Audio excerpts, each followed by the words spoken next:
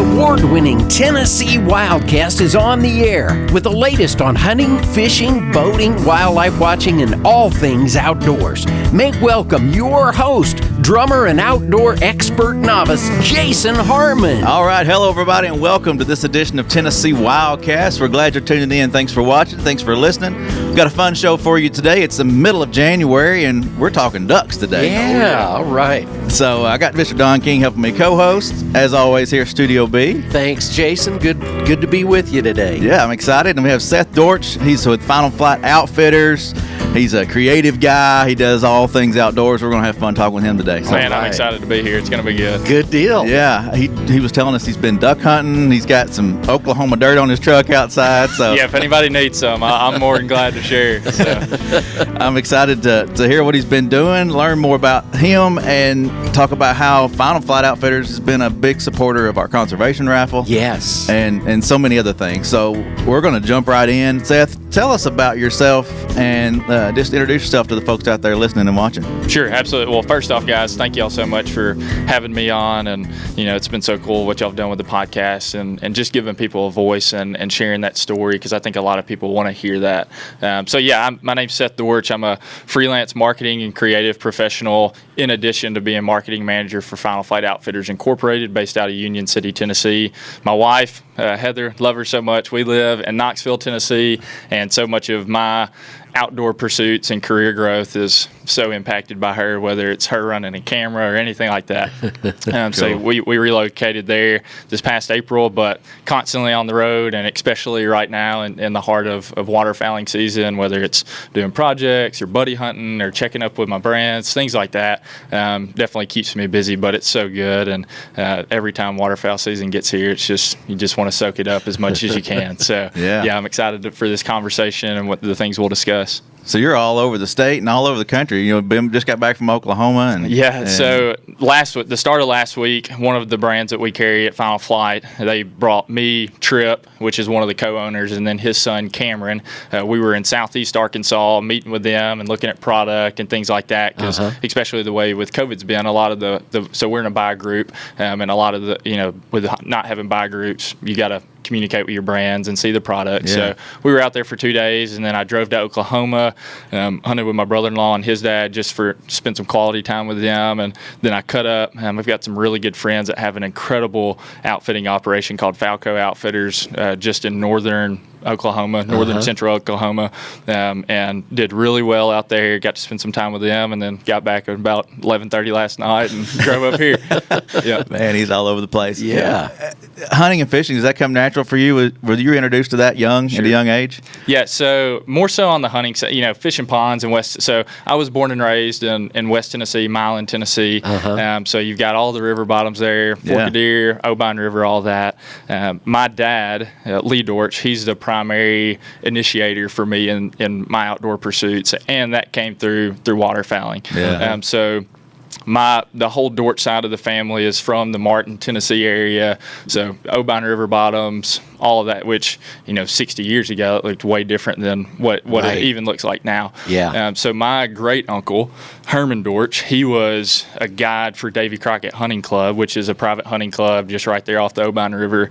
So when he wouldn't be guiding, he would take my dad, you know, little guy, just trying to teach him the ropes. And from that, my dad, throughout the years, becoming a really, really good hunter and teaching me those things. And then from there, you know, it's just kind of taken off, not only on the hunting and fishing side, but even on the adventure sports side, with us living in East Tennessee now, rock climbing and backpacking and camping and all that good stuff. And just really great mentors teaching me, like, hey, this is what you need to do here. And I think that's so much of learning, and even what we'll talk about today of getting into something new, is there's a lot of people that are willing to teach you what you need to learn. Right. We just need to be willing to say, I don't know what to do, and I've got some questions about that. And that's been so much of my journey, and especially not only as being an outdoorsman, but also being a creative professional and things of that nature. And so it's definitely opened my perspective in that ways a lot, knowing that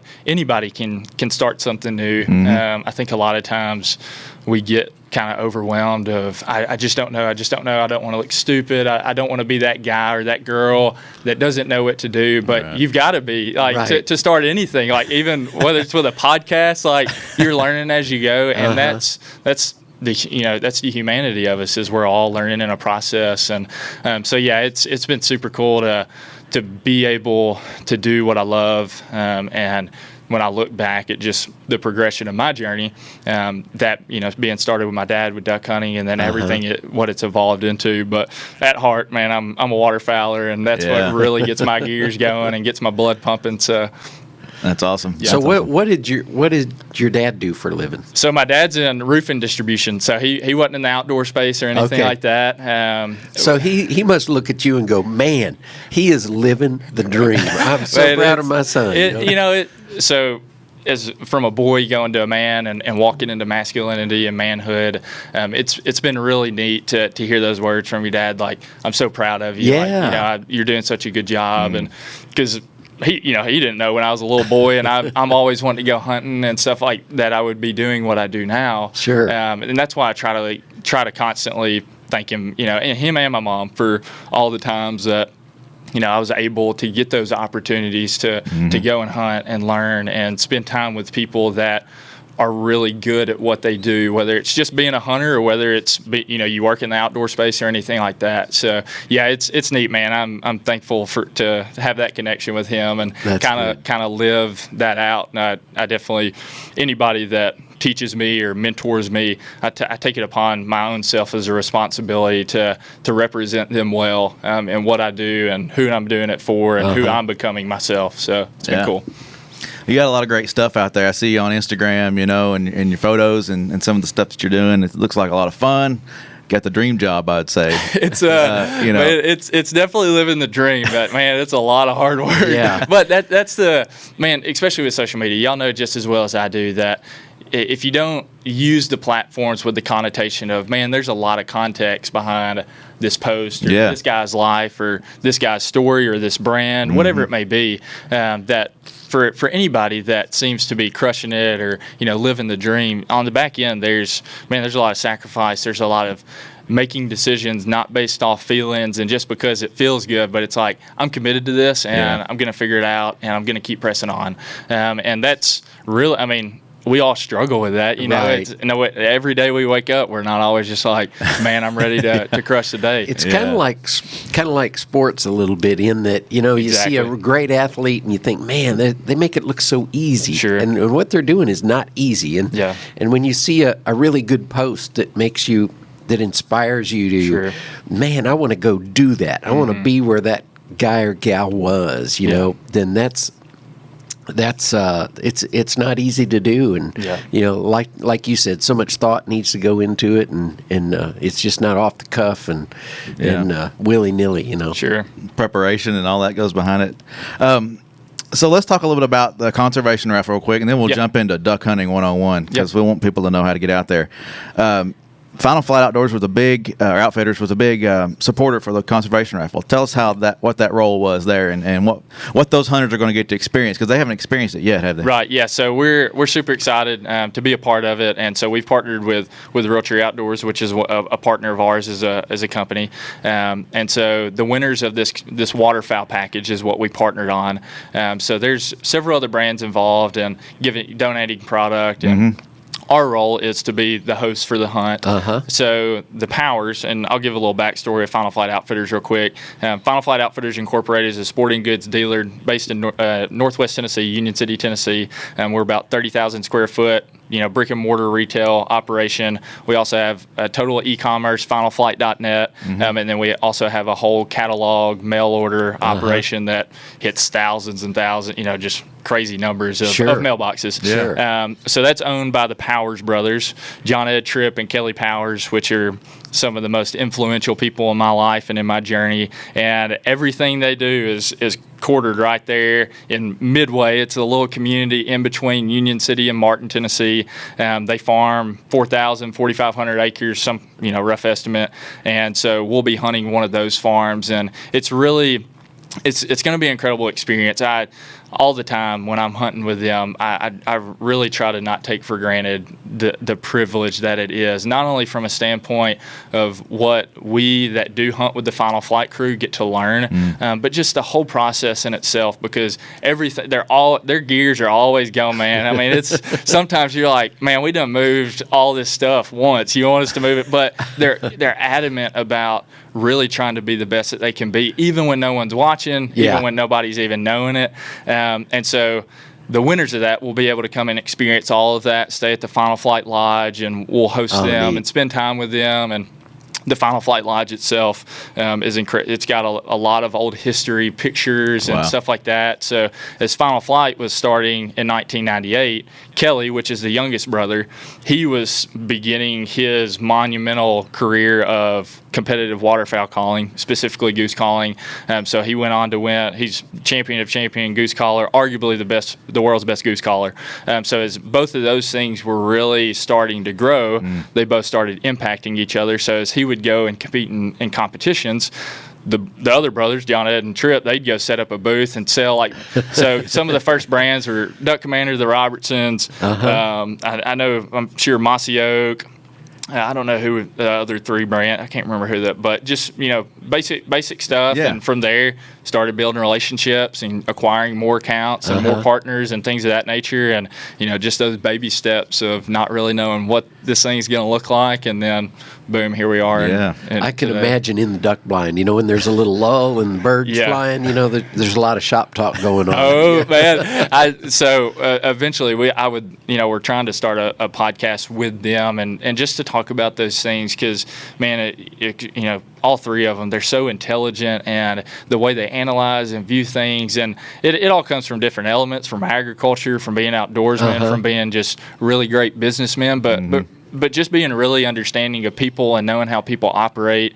And sometimes we'll get in conversations, I'm like, man, my brain is about to explode. Like, I don't even know what perspective you're looking from, but and that's a constant thing. And so we have a Final Flight Hunt Club, and a lot of the different buddies of theirs and different people, we all hunt together. And it's funny, the going joke is everybody in the club has like a specific role. Like one's a surgeon, one's a tax guy, one's a lawyer, just like, hey, if you need anything, you take your pick. So it's really neat to be a part of that community and to be impacted by those guys. And so I'm really excited for the winners of the Conservation Raffle to come and experience that, and us just be able to invest in them and just host them and give them just an experience that really connects with them and be personable with them. So I don't know if it's their first hunt or if they're big duck hunters, the winners, but a chance to hunt with the Jordan family, that's pretty cool. Absolutely, man. Absolutely. So Tyler will be flying in for that, and I think he's going to bring one other person. And man, our partnership with Realtree Outdoors has been awesome, and growing a relationship with them, and obviously they crush it in what they do, and not only just what they do but who they are. And so we're excited to have Tyler come and hang out with him, and all of us host together and just have a really, really good hunt. That's awesome. Yep. That's awesome. Well, let's talk about duck hunting. I mean, the season's up. It's here. We got a few weeks left. But if somebody wanted to get started, wanted to just try it out this year before the season ends, what would somebody need to do? I mean, what's some of the first steps that you would take as a new duck hunter to get out there? Get a lifetime license. There you go. Man, I wish my dad would have bought one. No, so obviously license is part of it. Yeah. Man, first thing, you need to prepare your heart, because it's been hard hunting. Like, know your expectations. But so two things, and I've seen this in a lot of different ways, not only in the hunting community but fishing community, whatever, something new. Whether it's booking a hunt with an outfitter that knows what they're doing. They have the place, they have the space, they've got the operation. So one reason why I say that, so when I started getting into fly fishing, I was like, man, this learning curve and barrier to entry just seems very overwhelming. And if you don't have people in your life that have the time and the willingness to teach you, that's a really, really good route, because they can help you know what you need, why you need it, kind of coach you through it. And then as they're doing their thing, you can kind of learn from them and ask questions and just absorb all that. Another thing, and I tell this to people all the time, whether it's for firearms or soft good, clothing, any of that, go to your local dealer. Obviously, I would love for anybody and everybody to come to Final Flight Outfitters, but there are a ton of great independent dealers that can really help you and that want to help you and coach you and give you insight and see you go from point A of just learning to 10 years later, and you're really developed in what you're doing. And that's one of the cool things about the whole dealer aspect of the outdoor space, is that's where so much of the one-on-one, hey, what's your name? How can I help you? And then 10 years later, you have that really intentional relationship, and what they shoot, why they shoot it, what their misses are, what their struggles are, and all that. And so those are two really great things. Other than that, obviously, with the way that the web is now, you can research anything and everything. Right. And sometimes that's a good thing, and sometimes that's a bad thing, because, man, a lot of times there's too many options. You're like, I don't even know what to pick. But whether it's reaching out, even with the power of social media, reaching out to people that you admire, that you see, man, I have so many conversations, for example, just on Instagram, of direct messages of asking me questions. And I love, there's the connotation, there's context there. I can't respond all the time, all the way. But I really try to be intentional with those conversations of whether it's, hey, do you know anywhere to hunt in this place, or hey, what do I need for this, or what, anything of that nature.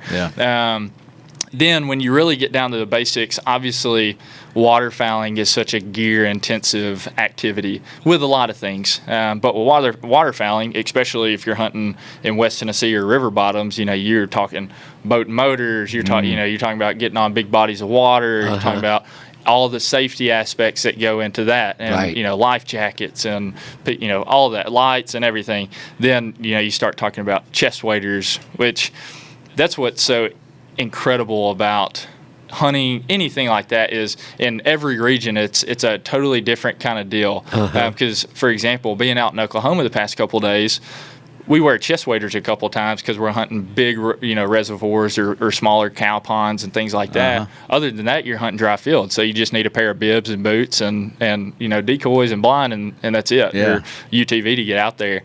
So I, first thing I would tell somebody is consider what region you're hunting. Like, what do you need? I love talking about what you want, but let's talk about what you need, because especially with anything we do, for us as humans, we can definitely have the mentality of, man, if I don't have all of that stuff, then I will not be a good not whatever. Not going to be successful. Exactly. So that's what's important to me, is I want to equip people with what they need, because that's when they'll really place value on how it performs and seeing it actually perform the way they need it. So that's a whole open conversation in itself of what to get, what not to get, what could you use sometimes, what could you use all the time, and that's the name of the game. So. I think that's the same with any outdoor sport. I mean, I look and I got a trunk full of hunting stuff. Right. Deer hunting mainly, turkey hunting. I don't duck hunt, but I don't use half of it sometimes. It's like exactly. I just take the basics and go sit out in my blind or my tree stand, and I'm good to go. So a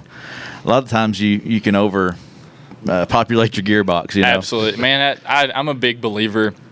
And, whether it's a product or a process, if you can try to strip everything away that's just kind of fluff and just additives, and get that solid basic that performs constantly, like that's the sweet spot. Yeah. Because then you don't spend all your time, whether it's fiddling with something or, trying to fix something. And that's a process in itself, because with anything we have, that just takes time of knowing, gosh, I didn't even need that, so I'm going to do away with that, sell it, whatever, and then now I know that I don't need that, so now I know what I can focus on. So well, I'm going to say outfitter. That's one of the things you mentioned. So maybe reach out to an outfitter. That'd be a great way to get started. Visit your local hunting store, whether it's a Final Flight Outfitters or a Bass Pro or a small store somewhere in your county. Talk to them. I'm going to say probably should have been number 1, but maybe Ole at number 3. Read your hunting guide, know all the hunting regulations. Yeah, no doubt about that. The waterfowl section in the hunting guide is not very long, so read it front to back. Know that section of the hunting guide. But then, what about some of the gear here? You brought some duck calls, and I want to explain which ones you need. Let's hear a few, maybe. Todd, you may have to bring the volume down. So what I've got on my lanyard here. So these are all power calls. So obviously, with Kelly being a competitive caller, he went off and did his own thing in regards to taking the knowledge and the all the experiences that he has had of calling, and whether that's being on the stage or in the field with another incredible team of really great callers that work for Power Calls now. And so that's what I have on my lanyard. So trying to think of how complex to make it. So you've got a couple different standard types of duck calls. So like this one right here, this is a Power Calls Jolt single reed.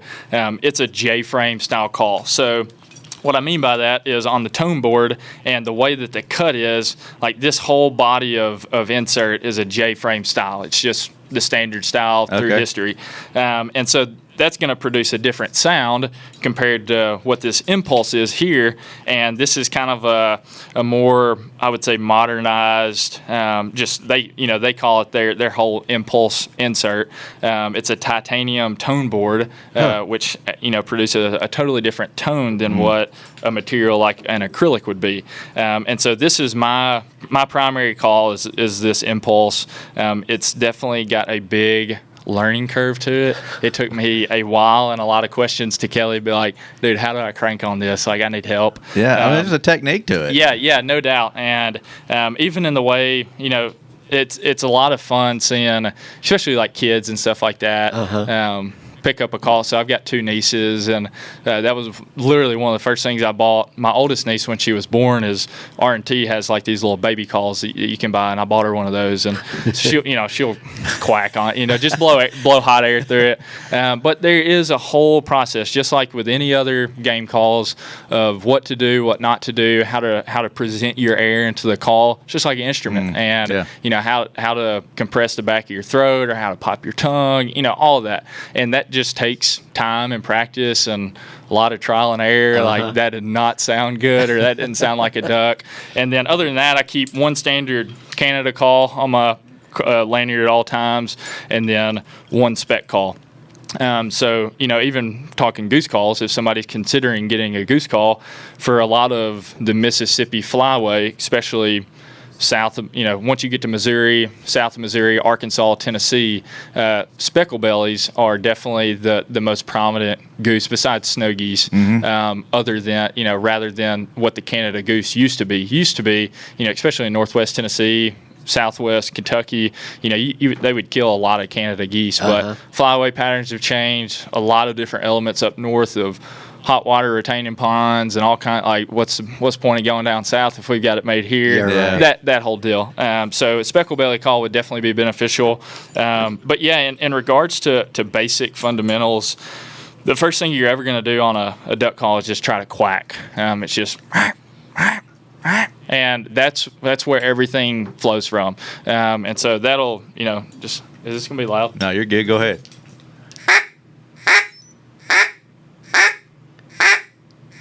It's just the basic quack. Okay. And so for me, for example, you may be a great caller, I may be a great caller, but we may blow 2 totally different ways of how we present our air. And there's all kinds of different ways of what people will say, what people will not say. But the biggest thing is, learning really hand placement, back pressure, that influences a lot of the call and the tones that you'll get. The other is, whether you're saying literally quack into it. So a lot of times we'll communicate with people and just blow into the back of the call. That way people can hear it. So whether you're going, so I'm literally going quack, like, and there's all kinds of, but that's what I do. You can ask a lot of different. My encouragement to somebody is to ask multiple people. That way you can kind of collect all the data and then start practicing yourself. But eventually it'll get to something like this.